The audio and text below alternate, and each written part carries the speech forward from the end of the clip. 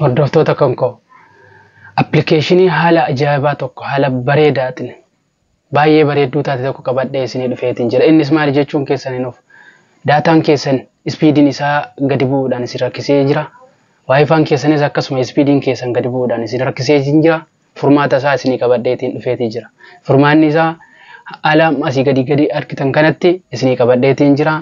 Gamanumaan gara barumsaatti isin erga. Warroonni chaanaalii kiyyaaf haarawaa taatan chaanaalii kan koo sabskiraayib godhuun maatii keenya ta'a. Maatii keenya dabalamaa isiniin jedha. Hiriyoottan keessaniifis warra kana barbaadaniif sheerii akka gootan gamanumaan isin gaafannaa. Gamanumaan gara barumsaatti. Hordoftoota kan koo dursa appilikeeshinii kana buufachuudhaaf pileestoorii keenya irra gisee tokko ni tunna. Achirratti bakka seerchi booksii irratti speed test 4GB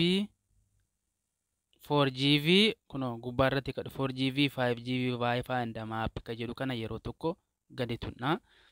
Appilikeeshinicha haala kana fakkaata. Ani buufadheetiin jira waan ta'eef appilikeeshinicha gara appilikeeshinichaatti deemna jechuudha. Haala kanaan isin kontiinuu jettaniini allow jettaniini kontiinuu jettaniini kanas kontiinuu jettaniini kontiinuu jettanii haga dhumaa kontiinuu jettaniini appilikeeshinichi haala amma isin agartan kanaan dhufaa jechuudha.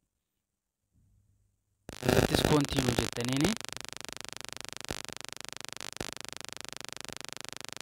appilikeeshinichi haala bakka dadhabaa ta'etti daataan keessan bakka dadhabee isin rakkisetti appilikeeshinii kanatti fayyadamtanii haala kanaan itti fayyadamuu ni dandeettu isiniin jedha. Obboleewwan keenya barnoonni keenya karaa kana fakkaata. Barnoota biraatiin haga walitti deebinutti turtii gaarii.